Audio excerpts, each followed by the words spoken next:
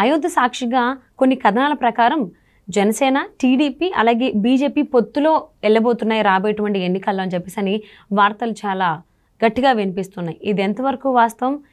ఈ పొత్తు అనేది అసలు అవుతుందా అవ్వదా? ఈ అంశానికి సంబంధించి మనతో మాట్లాడడానికి, వారి విశ్లేషణను మనతో పంచుకోవడానికి ఈరోజు మనతో పాటు ఉన్నారు సీనియర్ జర్నలిస్ట్ జగదేవ్ ఉన్నారు. వారితో మాట్లాడదాం. నమస్తే అండి. నమస్తే. సో అయోధ్యలో రాముడి విగ్రహ ప్రతిష్టాపనకు సంబంధించి చాలామంది సీనియర్ నాయకులు వెళ్ళడం జరిగింది. అందులో చంద్రబాబు నాయుడు గారు కూడా వెళ్ళారు. కానీ చంద్రబాబు నాయుడు గారిని కొంతమంది బీజేపీ నాయకులు చాలా సీక్రెట్గా కలిశారు అనేటువంటి వార్తలు చాలా గట్టిగా వినిపించాయి. ఆ విగ్రహ ప్రతిష్టాపన కార్యక్రమంతో పాటుగా ఇది కూడా బాగా వినిపించింది. సో ఇందులో భాగంగా అటు టీడీపీ, జనసేనతో పాటు బీజేపీ కలవబోతోంది. పొత్తుగా ఈ మూడు కూడా రాబోయేటువంటి ఎన్నికల్లో పోటీ చేయబోతున్నటువంటి వార్తలు కూడా కథనాలుగా వినిపిస్తూ ఉన్నాయి. ఇది ఎంతవరకు వాస్తవం? అసలు ఈ పొత్తు జరిగేటువంటి అవకాశాలు ఉన్నాయంటారా? అంటే పొత్తు ఏమో తెలియదు కానీ మేబీ ఇప్పుడు మన తెలంగాణలో ఎన్నికల్లో షర్మిలా గారు ఎలాగైతే బయట నుంచి కాంగ్రెస్కి మద్దతు ఇచ్చారో, టీడీపీ, జనసేనకి బీజేపీ పోటీ చేయకుండా మద్దతు కూడా ఇవ్వచ్చు. మేబీ 1-2 స్థానాల వరకు పోటీ చేయొచ్చు. బట్ బీజేపీ అంత ప్రభావం లేదు కాబట్టి ఉన్నా కూడా ఇప్పుడు జనసేనకే 3-4 స్థానాల వరకు ఇస్తామంటున్నారు అవుట్ ఆఫ్ 25 ఎంపీ స్థానాలు. అలాగే అసెంబ్లీ స్థానాలకు వస్తే 30 స్థానాల వరకు ఇచ్చే అవకాశం ఉందని కూడా అనుకుంటున్నాం. సో టీడీపీ మిగతా 145 స్థానాలకు కూడా టీడీపీ పోటీ చేసేలాగా, ఒక 30 స్థానాలు జనసేన చేసేలాగా. వీళ్ళిద్దరికీ ఇప్పటికే ఆ 30 స్థానాలకు ఆల్రెడీ అక్కడ టీడీపీ వాళ్ళు బలంగా పనిచేస్తున్న నేపథ్యంలో వాళ్ళకి ఇవ్వాలా వీళ్ళకి ఇవ్వాలని తర్జన పడుతున్న ఈ నేపథ్యంలో టీడీపీ, జనసేనకే ఇప్పటికే సీట్ల సర్దుబాటులో ఇంకా కొలిక్కిరాని నేపథ్యంలో బీజేపీని ఇంకెక్కడ తీసుకొచ్చి పెడతారు? సో బీజేపీ కూడా విశ్వ ప్రయత్నాలు చేస్తుందంటే కూడా మనం వార్తలు చూస్తున్నాం. అయితే ఎక్కడ ఈ విధమైన అభిప్రాయం రావడానికి, లేదంటే ఇది బయటికి ఇలాగ బీజేపీ పెద్దలు బాబు గారితో స్పెషల్గా మంతనాలు జరుగుతున్నారనే వాదం బయటికి రావడానికి కారణం, జగన్మోహన్ రెడ్డి గారు ముఖ్యమంత్రి ఆంధ్రప్రదేశ్కి. మరి ఆయనకి ఆహ్వానం వెళ్ళిందో లేదో తెలియదు. ఒకవేళ వెళ్ళినా ఆయన వేరే మైనారిటీకి సంబంధించిన వ్యక్తి కాబట్టి వెళ్ళలేదా అనేది ఒక క్వశ్చన్ మార్కు.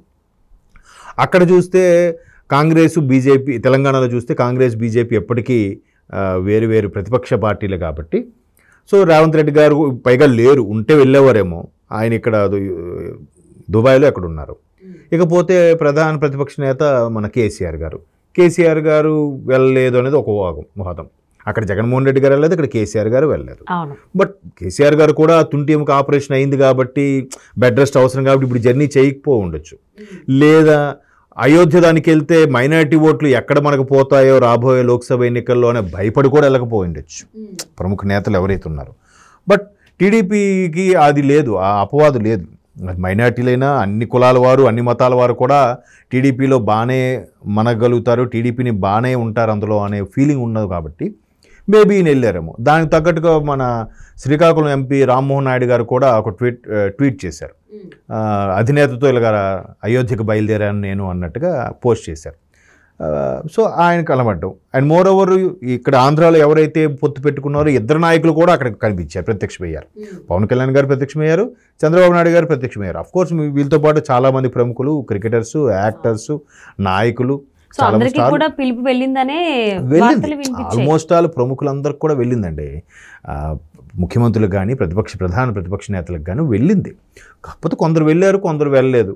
ఇప్పుడు తమిళనాడు ఉన్నారు, వాళ్ళు పక్కాగా ఆయన ఉదయనిష్టాలను పచ్చిగా మాట్లాడుతున్నాడు. ఆయన ఈ రామాలయం గురించి కానీ, అక్కడ బాబరీ మసీద్ కూల్చేసి కట్టిన ఆలయంకు మేము ఎలా వస్తామన్నట్టుగా కూడా ఆయన పచ్చిగా అలాంటి వాళ్ళు రాకపోయి ఉండొచ్చు. బట్ ఈయన అవకాశం ఉంది చంద్రబాబు నాయుడు గారు కాబట్టి వెళ్ళారు, వచ్చారు. వెళ్తే అక్కడ ఈయనకు ఒక స్పెషల్ ట్రీట్మెంట్ కానీ కొన్ని రకాల వీడియోస్ చూసేసరికి ఖచ్చితంగా బీజేపీ స్పెషల్ ట్రీట్మెంట్ ఇస్తుంది బాబు గారికి, ఖచ్చితంగా మంతనాలు జరిగే ఉంటాయని కూడా ఒక ఆలోచన. మేబీ ఇప్పుడు రాజకీయ నాయకులు ఖచ్చితంగా ఇద్దరు ఉద్దండులు కలిశారంటే రాజకీయాల గురించే మాట్లాడుకుంటారు. అలాగే ఒక సినిమా ఇండస్ట్రీకి సంబంధించిన ఇద్దరు కలుసుకున్నారంటే సినిమాల గురించే మాట్లాడుకుంటారు కదా, వేరే టాపిక్కే ఉండదు. బట్ చంద్రబాబు నాయుడు గారికి కూడా స్పెషల్గా రామాలయం ఆనుకున్న లాబీలోకి వెళ్ళి కూర్చోవడం, ఆయన స్పెషల్గా ట్రీట్ చేయడం కొన్ని వీడియోస్ కూడా మనం చూసాం. సో బీజేపీ పెద్దలు కూడా ఇప్పుడు కాదు, మొదటి నుంచి కూడా చంద్రబాబు గారు అరెస్ట్ అవ్వక ముందు నుంచి కూడా బీజేపీ టీడీపీతో పొత్తు పెట్టుకోవాలని, టీడీపీ జనసేనతో కలిపి పొత్తు పెట్టుకోవాలని, ఆంధ్రాలో పోటీ చేయాలని, ఆంధ్రాలో ఆ విధంగా మరలా పాగా వేయాలని, 2014లో ఎలాగైతే 2 సీట్లైనా గెలుచుకున్న 2 సీట్లను మంత్రులను చేసుకుని బీజేపీ తన మార్కు చూపించుకుందో, మళ్ళీ ఈసారి కూడా ఆంధ్రాలో కాస్త పాగా వేసి దాని ప్రభావాన్ని పెంచుకోవాలనే ఉద్దేశంలో తహతహలాడుతుందన్నట్టుగా చాలా వార్తలు చూసాం, సోషల్ మీడియాలో కూడా వైరల్ అయింది. కానీ కొన్ని సర్వేలు ఏం చెప్తున్నాయంటే టీడీపీ జనసేన అలియన్స్ అయితే పక్కగా గవర్నమెంట్ ఫామ్ చేస్తుంది, 130 నుంచి 140 స్థానాల వరకు వస్తాయి అసెంబ్లీ స్థానాలు. ఒకవేళ బీజేపీతో కలిస్తే కాస్త 1 or 2% ఓటింగ్ తగ్గిపోయే ఛాన్సెస్ ఉన్నాయి. సో అలా తగ్గిపోయినప్పుడు చాలా దగ్గర పెద్ద ఆ 1% అనుకోవచ్చు మీరు, ఆ 1% కూడా చాలా ఇంపాక్ట్ పడుతుంది. ఇప్పుడు 1,00,000 ఓట్లు ఉన్నాయనుకో, 1,00,000లో 1% అంటే 1000 ఓట్లు. 2019లో కూడా 1000 ఓట్లు 1,500 ఓట్ల తేడాతో టీడీపీ సుమారుగా 60 సీట్ల వరకు కోల్పోయింది కదా. సో ఇప్పుడు కూడా మళ్ళీ బీజేపీ కలిస్తే అలాంటి సీట్లు కోల్పోవడం వల్ల అక్కడ వైసీపీ గెలిచింది అనుకోండి. ఇప్పుడు మొన్న ఇక్కడ కామారెడ్డిలో ఏమైంది, రేవంత్ రెడ్డి గారు ముఖ్యమంత్రి, మాజీ ముఖ్యమంత్రి ఇద్దరూ పోటీ చేయడం వల్ల అక్కడ అల్టిమేట్గా బీజేపీ వ్యక్తి రమణారెడ్డి గారు గెలిచారు. సో అలాగే ఇక్కడ మళ్ళీ టీడీపీ జనసేన బీజేపీ ఎంత ప్రభావంగా ఉండడం వల్ల వీళ్ళందరూ షేర్ చేసుకుంటే ఓట్లు అక్కడ మళ్ళీ వైసీపీ వచ్చేస్తే అది ప్రాబ్లం కదా.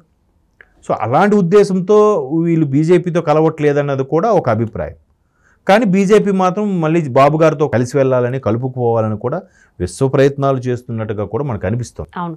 అండ్ దట్టు ఈ అయోధ్య కార్యక్రమం, రాముడి విగ్రహ ప్రతిష్టాపన కార్యక్రమంలో ఈ 3 పార్టీలకు సంబంధించిన నాయకులు కూడా సీక్రెట్గా భేటీ అయ్యారు అనేటువంటిది కూడా వార్తలు వినిపిస్తూ ఉన్నాయి. అవును అవును, అదే ఇప్పుడు ఎలాగో ఒకలాగా కనీసం లోక్సభ స్థానాల్లోకైనా మాకు చేర్చుకోండి, లేదా అసెంబ్లీ స్థానాల్లోకైనా కొన్నైనా చేర్చుకోండి, లేదా బయట నుండి మాకు మద్దతు ఇచ్చేలా చెప్పండి.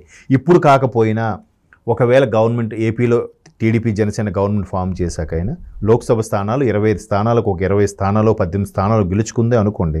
సో అప్పటి నుంచే బయట నుంచి మద్దతు ఇవ్వండి అన్నట్టుగానే ఉంటుంది కదా. బీజేపీ వాళ్ళ కాన్సెప్ట్ ఏంటంటే సెంట్రల్లో ఎలాగైనా గవర్నమెంట్ ఫామ్ చేయాలి.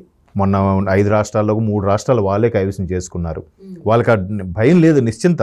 కానీ సెంట్రల్ బేనే కీలకం రాష్ట్రాల కన్నా. సెంట్రల్ ఒక్కటి ఉండి రాష్ట్రాల్లో ఏ ఒక్క రాష్ట్రంలో గవర్నమెంట్ ఆపినా పర్వాలేదు, అక్కడ నుంచి మెయిన్ దాని కేంద్రం అండర్లోనే ఇవన్నీ ఉంటాయి కాబట్టి వాళ్ళు దాని మీద ఎక్కువ దృష్టి పెడుతున్నారు. కాబట్టి దట్టు ఈ రామాలయం కూడా ఇదొక ఎన్నికల భాగం స్టంట్గానే కూడా కొంతమంది అభివర్ణిస్తున్నారు. అవును, అంటే ఇంతకు ముందు కూడా చంద్రబాబు నాయుడు గారు చాలా గట్టిగా చెప్పారు, బీజేపీతో ఎట్టి పరిస్థితుల్లో కూడా కలిసి వెళ్ళము, ఒంటరిగానే వెళ్తాం, మాతో పాటు జనసేన ఉంది అని.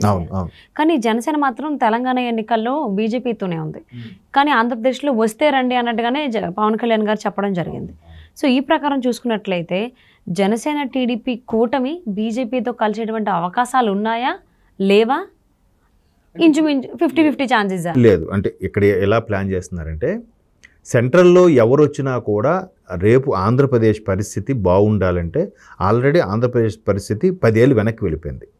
10 ఏళ్ళు వెనక్కి వెళ్ళిపోయిన పరిస్థితిని మళ్ళీ చక్కదిద్దాలి, ఈ అప్పులన్నీ పోడ్చాలి, మళ్ళీ అభివృద్ధి చూపించాలంటే ఖచ్చితంగా కేంద్ర సాయం అవసరం. కేంద్రంలో ఎవరు వస్తారో తెలియదు. అలాగని బీజేపీని వదులుకోలేరు, మరోవైపు కాంగ్రెస్ని వదులుకోలేరు. 2 పర్యాయంలో బీజేపీ వచ్చింది కాబట్టి వరుసగా 2 సార్లు గెలుచుకుంది కాబట్టి మూడోసారి బీజేపీ వస్తుందా రాదా అని 50-50 ఛాన్సెస్. అవును, ఇప్పుడు కేసీఆర్ జరిగింది కూడా జరగచ్చు మేబీ.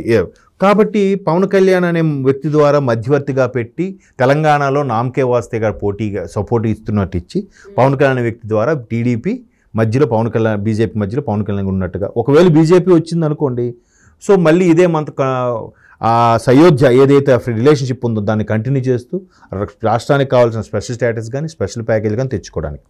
ఒకవేళ కాంగ్రెస్ వచ్చింది అనుకోండి, మరలా కాంగ్రెస్తో కూడా చెడిపోకుండా బయటికి ఏమి ప్రకటించకుండా ఉంటే, కాంగ్రెస్తో కూడా అయోధ్య పోకుండా ఉంటే అప్పుడు కాంగ్రెస్ నుంచి కూడా మనకు రావాల్సిన నిధులు ఏవైతే ఉన్నాయో స్పెషల్ స్టేటస్ కానీ ప్యాకేజీలు అవి కూడా తెచ్చుకోవాలిగా. అందుకు టీడీపీ జనసేన చాలా జాగ్రత్తగా ఎవరేమనుకున్నా, ఎవరేం దుయ్యబట్టినా, వీడు దత్తపుత్రుడన్నా, వీడ చంద్రబాబు గారు ఇచ్చిన స్క్రిప్టే పవన్ కళ్యాణ్ గారు మాట్లాడుతున్నారన్నా, లేదా పవన్ కళ్యాణ్ గారు కావాలని పవన్ కళ్యాణ్ రెచ్చగొట్టి బీసీ ముఖ్యమంత్రి అవుతాడని రెచ్చగొట్టినా కూడా వీళ్ళు ఏం చలించట్లేదు. కంపల్సరిగా ఆంధ్రాలో టీడీపీ జనసేన గవర్నమెంట్ ఫామ్ చేయాలనే తపనతోనే ఉన్నారు. ఆ తర్వాత పర్యవసనాలు ఎలాగున్నా కానీ సెంట్రల్ నుంచి ఎవరితోని బ్యాడ్ అవ్వకుండా అవసరమైన ప్యాకేజీలు, అవసరమైన స్పెషల్ స్ట్రాటజీలు తెచ్చుకునే ఉద్దేశం మాత్రమే ఇక్కడ కనిపిస్తుంది. అందుకే పవన్ కళ్యాణ్ గారు మన తెలంగాణ ఎన్నికల్లో అయోధ్య కుదిరిన బీజేపీతో ఏదో నామకే వస్తే వెళ్ళారు, 3-4 సార్లు క్యాన్వాసింగ్కి వచ్చేసారు. సీరియస్గా అయితే చేయలేదు, కాన్సన్ట్రేషన్ అంతా ఏపీలోనే. సో అయినా చంద్రబాబు నాయుడు గారు అండ్ పవన్ కళ్యాణ్ గారు ఇద్దరు కూడా ప్రణాళికబద్ధంగానే వెళ్తున్నట్టుగానే తెలుస్తోంది. ఆ వ్యూహాలు కూడా అసలు మనం గెస్ట్ చేయలేమన్నట్టుగా అనిపిస్తూ ఉంది. సో మరి రాబోయేటువంటి రోజుల్లో అసలు ఏం జరుగుతోంది? టీడీపీ జనసేన కోటే మనకి పక్కా ఉంది, దాంతోపాటు బీజేపీ కూడా కలుస్తుందా, లేకపోతే నామకే వస్తా అలా ఉంచుతారా, ఫ్రెండ్లీ రిలేషన్ మెయింటైన్ చేస్తారా, ఎలాగా ఏంటండి? ఇది రాబోయేటువంటి రోజుల్లో మనకు ఖచ్చితంగా క్లారిటీ వస్తుందండి. వేచి చూద్దాం. Thank you so much for spending your valuable time with Jagadev garu. Thank you.